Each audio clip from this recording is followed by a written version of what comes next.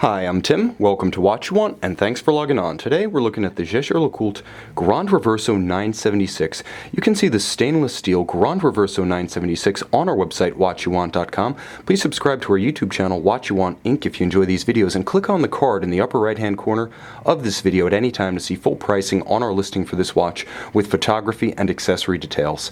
Now on my wrist, 6 1/3 inches, 16 centimeters in circumference, you can see two outstanding features. First, this is very much the image of the classic 1931 to present Jaeger-LeCoultre Reverso.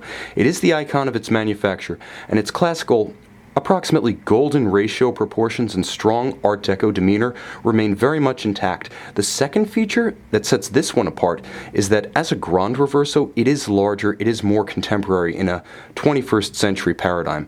Now the case from lug to lug measures 48.5 millimeters from extremity to extremity, and the integration of the strap effectively into the conical lugs does add a little bit of virtual flair, so the watch wears larger than your typical 48.5 lug-to-lug timepiece. Now the Reverso does have some peculiar fit characteristics, being that it's drilled relatively high within its lugs, so once again that's just another factor that mitigates against the watch wearing absolutely compact. I would say if your wrist is as small as 14.5 centimeters, you can wear this one quite comfortably and securely, but below that it might be a little bit of a challenge. Now the other dimensions that are critical are 29.5 millimeters across the broad of the case and 10.5 millimeters thick. Significantly, the Grande Reverso case, 2009 to present, is far more compact from top to bottom, that is in thickness, than the XGT case, which was shorter but stouter and more barrel-like. This is an easy watch to wear underneath a tight sleeve or dress cuff, and any kind of sleeve will ride up easily up and over its flanks. Now the watch features the classical horizontal guidrons of the Reverso design. What really set this watch apart when it debuted in 1931 wasn't just its reversible case, and I'm going to show you that right here because it is the signature of the model, but the fact that perhaps no other model of its time so perfectly embodied the machine ethic of the Art Deco age. Now the original notion behind the reversible case was that one side would be metal, one side would be glass crystal, and when polo players in India were wearing their watches in a match, they would turn the case over and bear the metal side toward the mallets. In time, it's become a showpiece, effectively a second dial for complications and a window for elaborately decorated manufacture movements.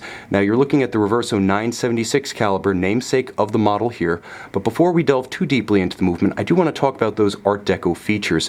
The guidrons, effectively the horizontal strakes cut into the case, strongly conflict with the vertical emphasis of the case. So you have that sort of tension between the horizontal and the vertical. There's very little, when looking at the watch head on, there's very little of the watch that's rounded off, and that's characteristic of the Art Deco age, which was defined by strong machine-like geometries, the clash of right angles, rectangles, squares, soaring linear vertical skyscrapers, and the Art Deco look of the Reverso very much encapsulates that.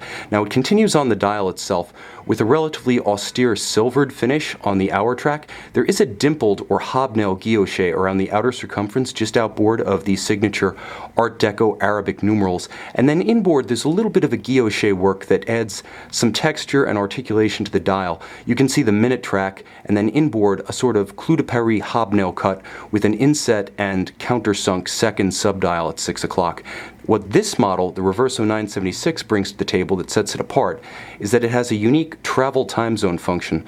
So it doesn't actually stop the balance, but you're able to jump forward or backward in terms of 1 hour increments. And you can see, even though I have the function engaged, the balance itself continues in motion, so it doesn't disrupt accurate timekeeping of the watch. Now, other elements of the watch that I should mention before we move on to the movement include the strap, which is quite robust, minimally bolstered. It flares up a little so that it tapers into the conical ends of the case, and then quickly pares itself down to be flexible around the soft underside of the wrist. Also, the Jaeger-LeCoultre double deployant clasp, which like the case and the movement is built in-house by JLC, is an excellent piece. This is very friendly to a smaller wrist because it doesn't have the single large up and over fold of a single fold deployant. So if you have a smaller wrist, again, the Grande Reverso is probably going to work well with you, but with the aid of the double deployant clasp, it's just a little bit more compatible for those like myself who are slight of wrist. And now the main event. We've talked about the caliber 976. Let's unpack a little bit about what it brings to the table. It is based on the 975 Auto Tractor. So this is a 19-joule manual movement derived from the sports watch caliber 975 Auto Tractor.